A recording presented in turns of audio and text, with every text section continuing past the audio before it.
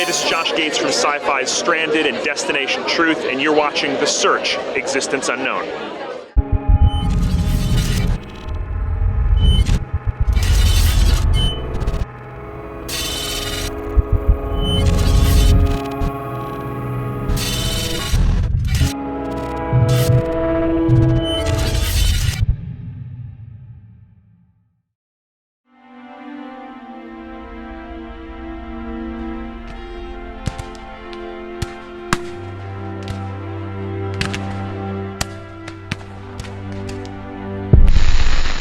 We're on the way to Rocky Point Manor. I've never been in here and not experienced something. My buddy that bought the house, Iraq, Afghanistan, wherever he came from overseas, he came straight here. He pulled up, come in, he had his duffel bag, his army duffel bag. There was a mantle. And so he comes in, he sets his contact solution on the mantle, drops his duffel, turns, and there's a woman standing on the staircase. And he sees this, and he picks up his stuff and leaves.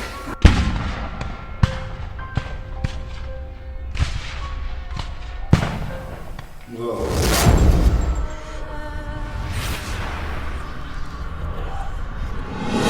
My name is Chris Magger, and I'm on a personal mission to find the truth. Hello? I'm joined by my good friends Patrick Shields. Just say something. Bullshit. Jake Stock. It's like something's touching my neck. What? It's like something's touching my neck. And Rick White. I got it right at this area right here where I stand. Together, we explore claims of supernatural activity. No matter what we encounter, we will continue our search for the existence unknown.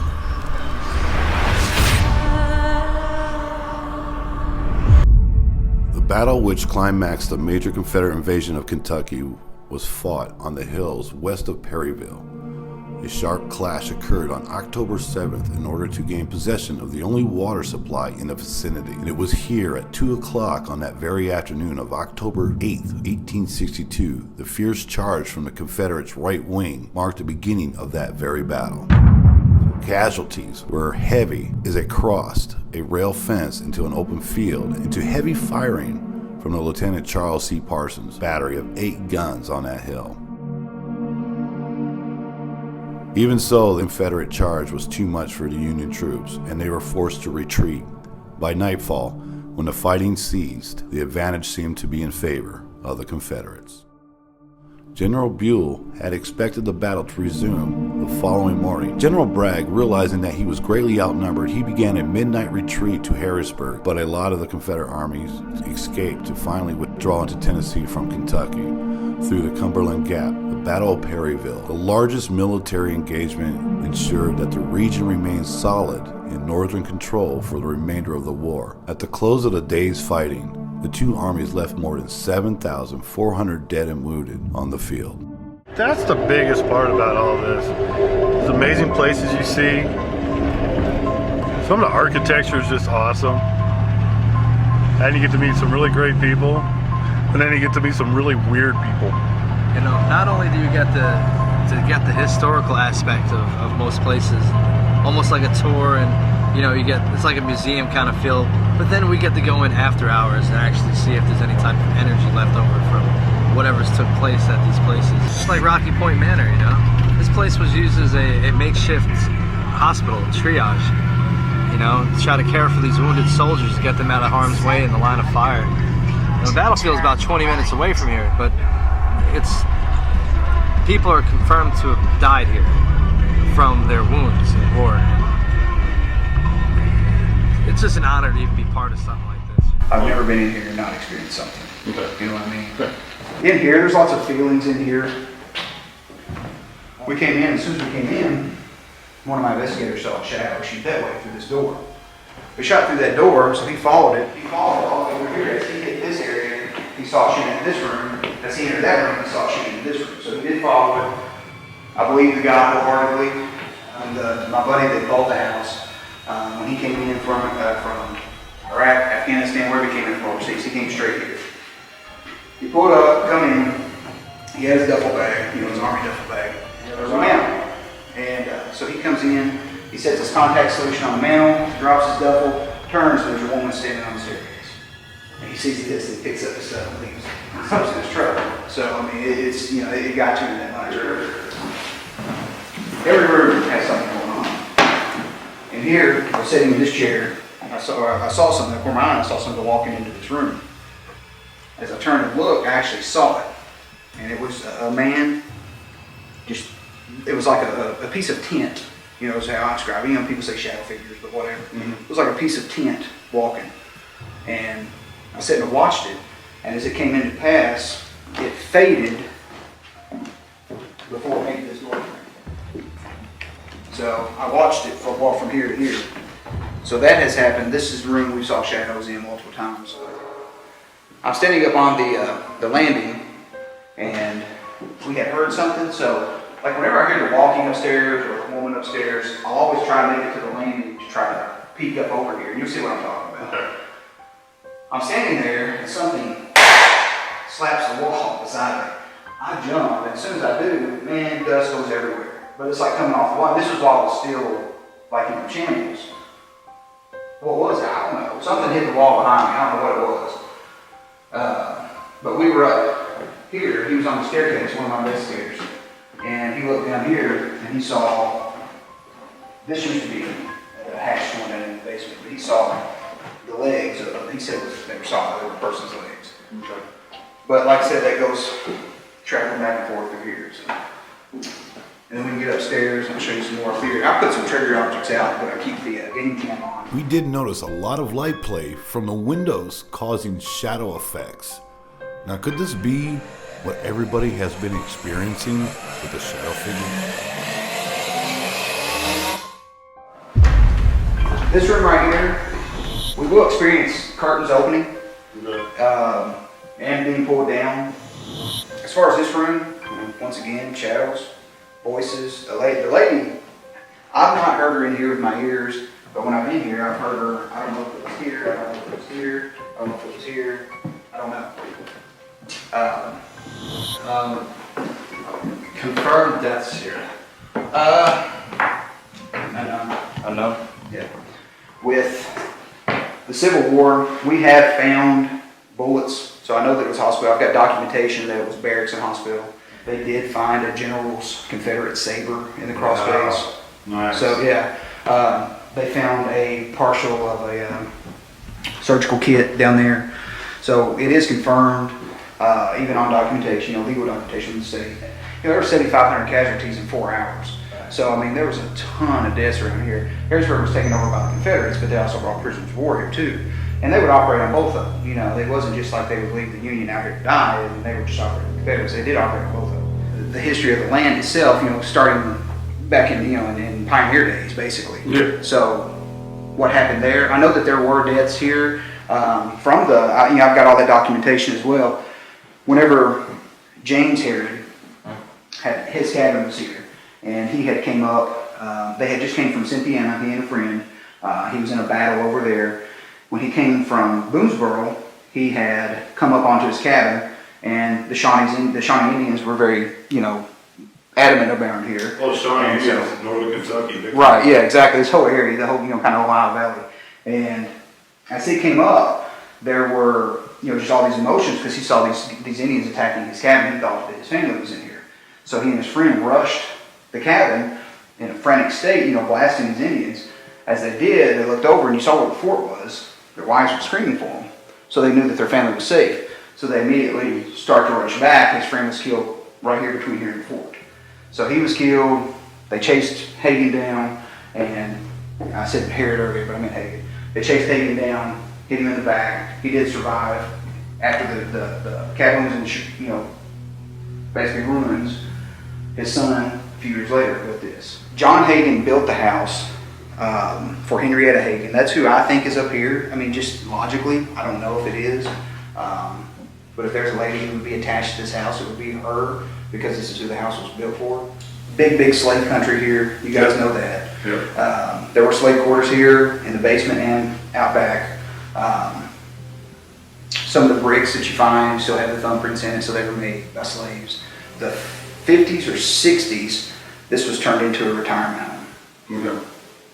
I don't know anything about that. After that, it was shut down. And it sat in ruins for probably 20 years, 30 years maybe. But then after that, like I said, you know, I can remember all through school looking up here and just, you know, everybody thought this place was haunted, you know. And then when I got the opportunity to come in and kind of take care of it, it was just fantastic to me. And I've had so many wonderful experiences here. I mean, it's just, if you have that one location, as a team, all of you, if you have that one location, it's kind of dear to your heart, you know, it's special to you. You know, you get this dear feeling about this location. And if I get this attached to this place, what would it be like to the lady that was built for?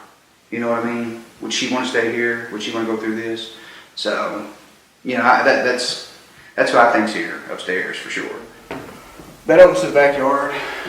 This back over here in this far corner, almost see where the kind of the brown patch is right there. That's where the original slave quarters were in the outdoor kitchen. I got a cool story in a book.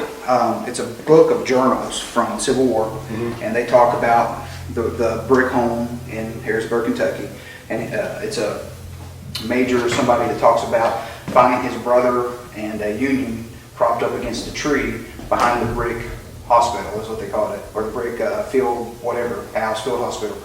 And I could only imagine it being this tree, you know what I mean, or one of these, and just thinking about that, and then knowing that they found these bullets and stuff out here, you know, it's kind of cool thinking, it really happened, you know. Yeah, exactly, you know, I don't know. The tree looks about 100 years old. Oh yeah, definitely, I would think so. But, you know, so if, you know, people have passed out in the yard, and I'm assuming they have, only, you know, the way that the war was. We set up 3 static camps to cover the areas that Lee told us about that were most active. We're here at Rocky Point Manor. Pat, Rick. What's up? What's up? And myself. We're on. It's rough. That's what I'm doing. Watch your head, Rick.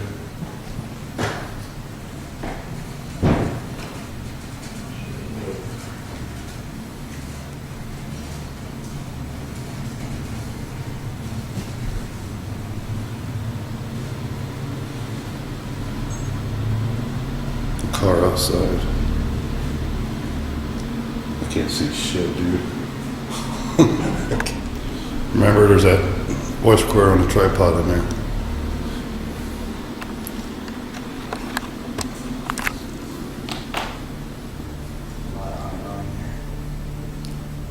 Huh? There's a lot of IR in here. Always off. Yep, it's a vent. That's I'm making that. The fuck is on my arm, dude? I don't see anything. Was your left arm? Yeah, God damn it. Was it around your elbow? Like spider web. I felt that over here on my elbow. We find this most interesting with all 3 of us experiencing the spiderweb effect. It was just earlier Lee experienced the very same thing in the same spot. Is there any homeowners here, or any Civil War soldiers, or anybody who still resides in this house that'd like to introduce ourselves? My name's Patrick. You have Chris over here, Hello. and you have Rick. Hey. I'm sure by now you know what we're holding in our hands. I'm starting to lose faith in this paranormal field, the supernatural field, because so many claims, so many places have reported haunted. And I'm really starting not to believe in all these claims. Too many places are becoming haunted all of a sudden. Does any soldiers need medical attention? What's the name of that woman he said that the house was built for? I think it's Henrietta. Henrietta? Yeah, her name's on a placard outside. Henrietta, you here? Would you like to come out and communicate with us for a little bit? This is a shadow. Block out that light. Dude, there's IR behind us. Yeah, but there's no way it would have blocked this right Yeah, here. but I seen that too, Pat. You did? Yeah, I wasn't gonna say that, but I thought maybe, because I moved, I thought maybe it was just, I looked at the window or something, and the light went out, because I didn't come back on. Yeah, it looked like someone moved. I can hear like that this way. Audio session number 2, same floor. Did you say something? No. Did you say something? I just heard a laugh. A laugh. I shit you not. Hold on, I gotta review this. Yep, got something. Did I just capture the laughter of a wounded soldier from the Civil War? 2, same floor. Did you say something? Did you say something? Did you say? That is session number 3. I'm gonna find out where that noise came from. Is there a window back here? I don't think so. I think the door goes outside. Couldn't even open it earlier. He said he tried to open it and couldn't get it open. What, a window or a door? This door. I want to see if there's anybody out back. Hello?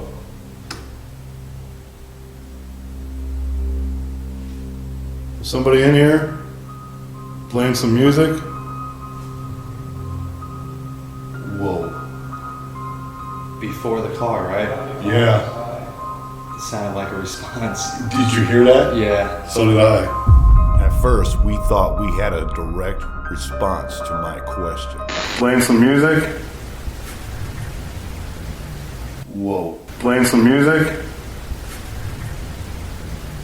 Whoa. But after carefully reviewing the video footage and audio, we had to dismiss this as the sound of clothing being rubbed. So let's go in here and see if we can find out about that shadow figure. She was like this, the shadow was over here. We'll experience curtains opening, and being pulled down. You know, it's quiet in here, man. Henrietta, was this your bedroom?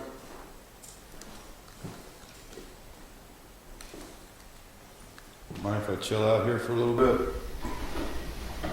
Oh.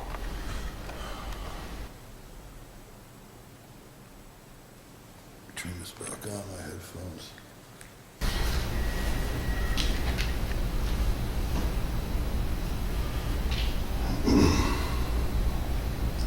What is this, number 5? I think we're up in Henrietta's room.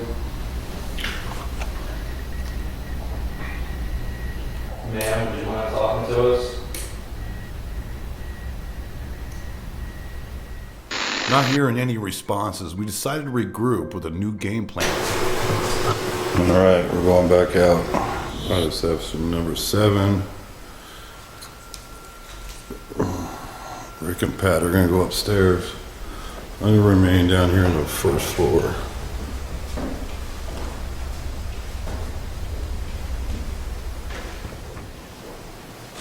Okay, I'm down here by myself. If you feel like you want to chat for a while, that'd be great.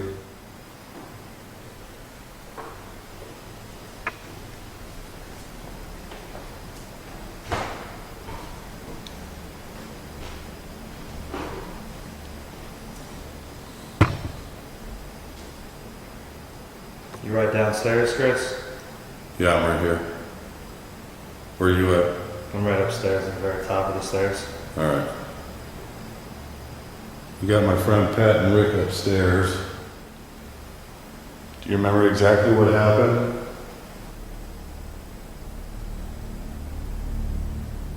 It'd be really awesome if you can actually sit down and have a few words with us.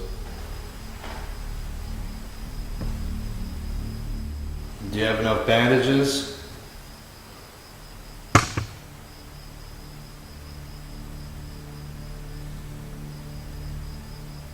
Did you need any blood? Do you want me to donate some blood?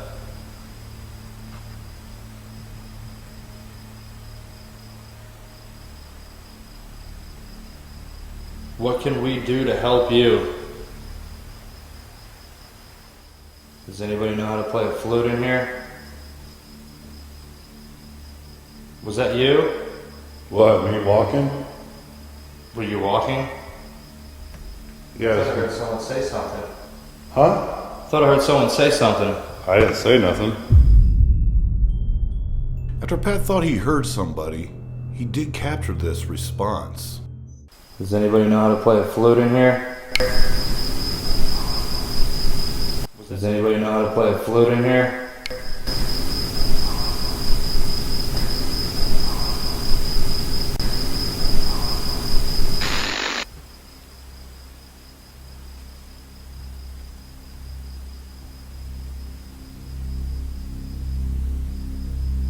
Ma'am, are you here? You getting anything, Pat? I'm not. Maybe we're not asking the right questions. Maybe not. What do you ask? I mean, you're in somebody else's house. What do you ask when you're in someone's house? Am I invited? Is it okay that I'm here?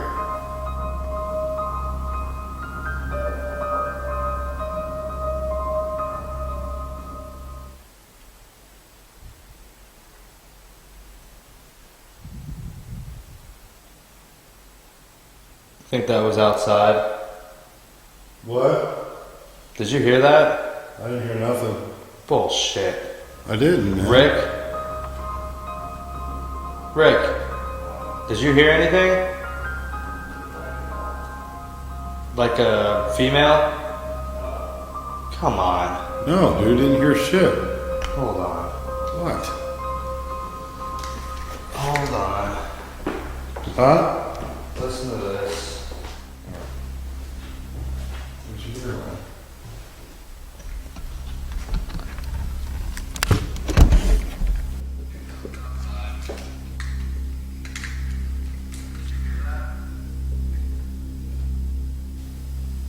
Whoa. Nobody else heard that? No. I don't know, man. You didn't hear anything like that? I heard, no, I didn't hear it. It's not like somebody saying hey or something like that. A woman. Yeah. Voices, the lady, I've not heard her in here with my ears, but when I've been here, I've heard her. I don't know if it was here, I don't know if it was here, I don't know if it was here, I don't know.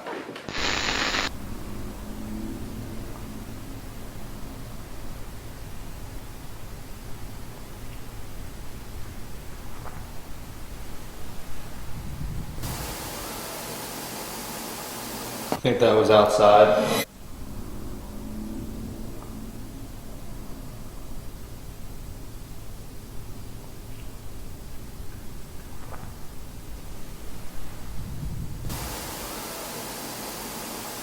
I think that was outside.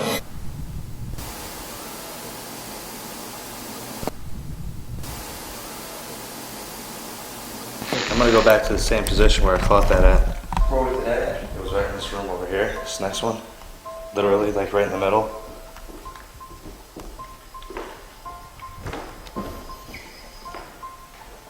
I'm looking to talk to anybody who still resides in this house.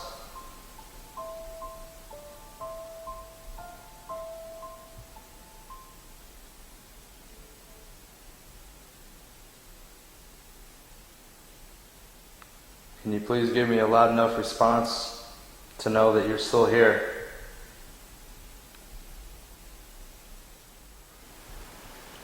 Let me give a message to Lee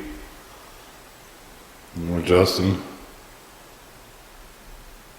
Sometimes we get a little jumpy from natural sounds, even yawning. What do you say about the recorders and everything run for 20 minutes? Yeah, I want to go outside and get some air. Yeah. See if we can get anything. Maybe we're just intimidating whatever's here. Yeah, that thing's still. Oh! Jesus. Did you just yawn? Yes, he did. Dude, I turned the volume up by accident. I about shit my pants. Yeah, that was great. It sounded like, oh! We just about got the whole place covered, man. Yeah, we do. So what we're gonna do, we're gonna just kind of let all this equipment run up here, audio and more still cameras. And maybe we're intimidating, who knows. We got some good stuff at first. Set a camera in right here.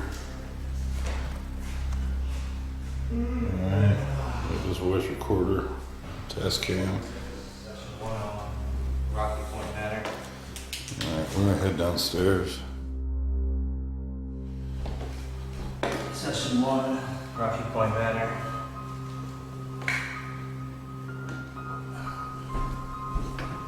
Hey! You just slammed the door in my face. Wasn't nice.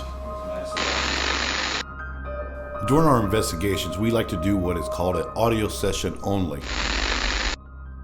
You can still hear me in the background talking to Rick from the kitchen downstairs when we captured a woman talking upstairs.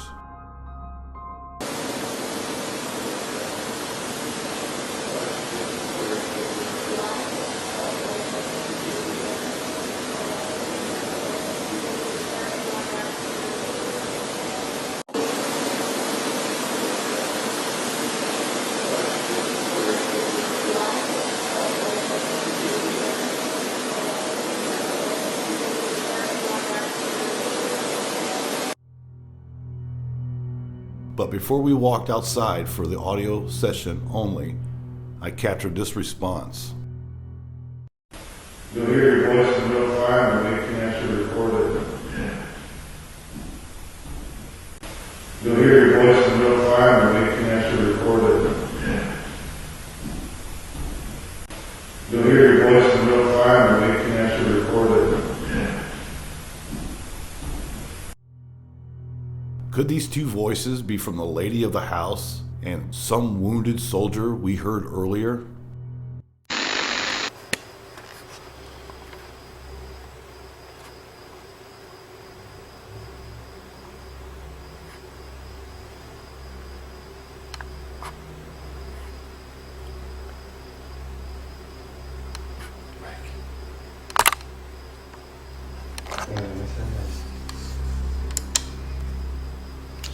We'll be up by the stairs.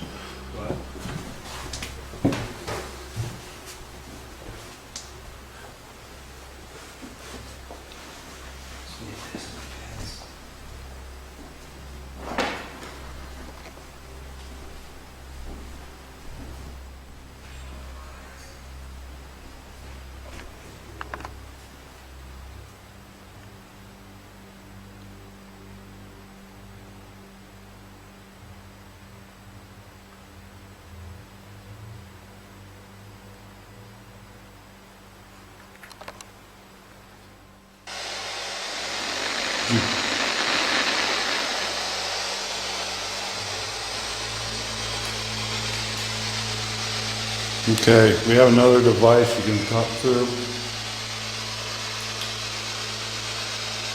It might sound a little bit loud, but it's called white noise. Can you tell us your name, please?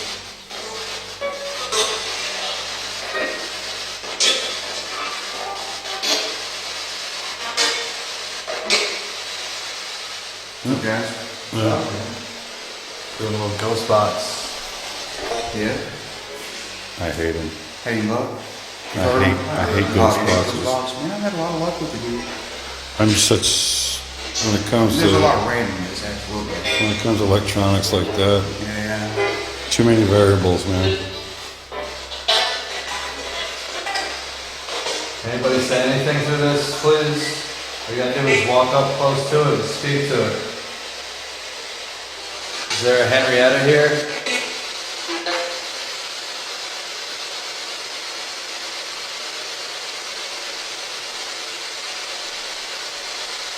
There's someone here with us. Can you tell us your name, please?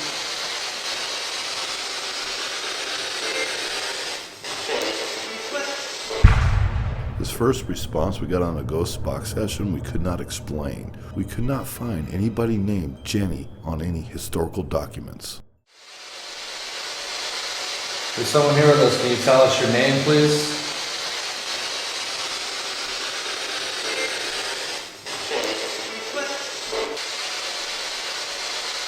There's someone here with us. Can you tell us your name, please?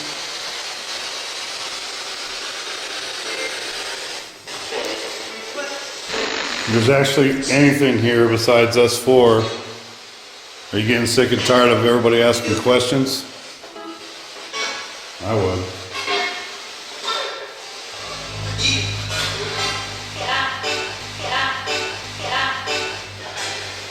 It took place in a war. Can you tell us what war it was?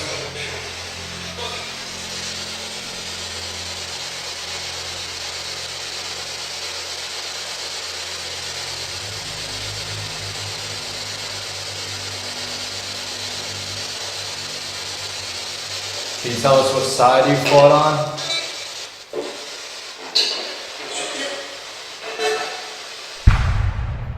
Now, did we just capture a soldier telling us that he was wounded?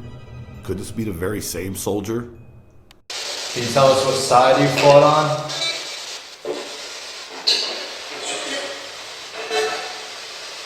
Can you tell us what side you fought on?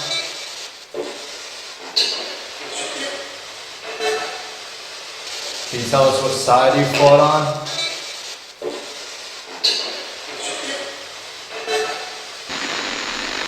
It's walking on the house, man.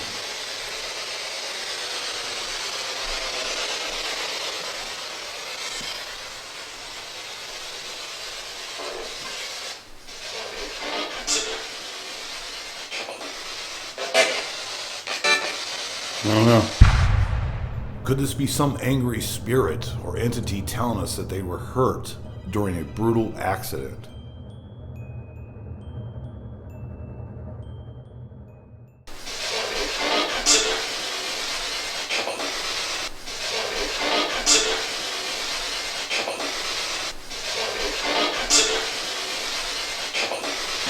Talk to us really clear through this.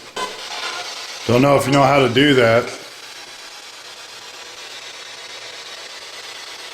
We really don't know how this works. Just another way to try to communicate with you. Don't know if it's hurting your ears or scaring you. If it is, we do apologize. About after 15 minutes of not getting any responses, we decided to finish the night upstairs with the ghost box session.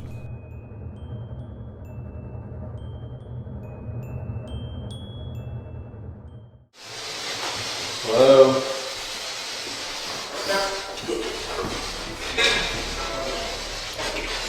We're getting ready to leave here pretty soon. In a lot of radio stations.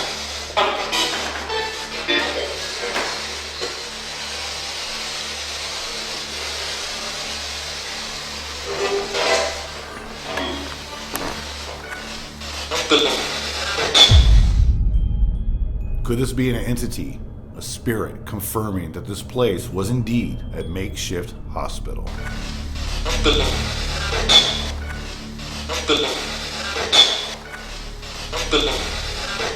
We have found bullets, so I know that it was a hospital. I've got documentation that it was barracks and hospital.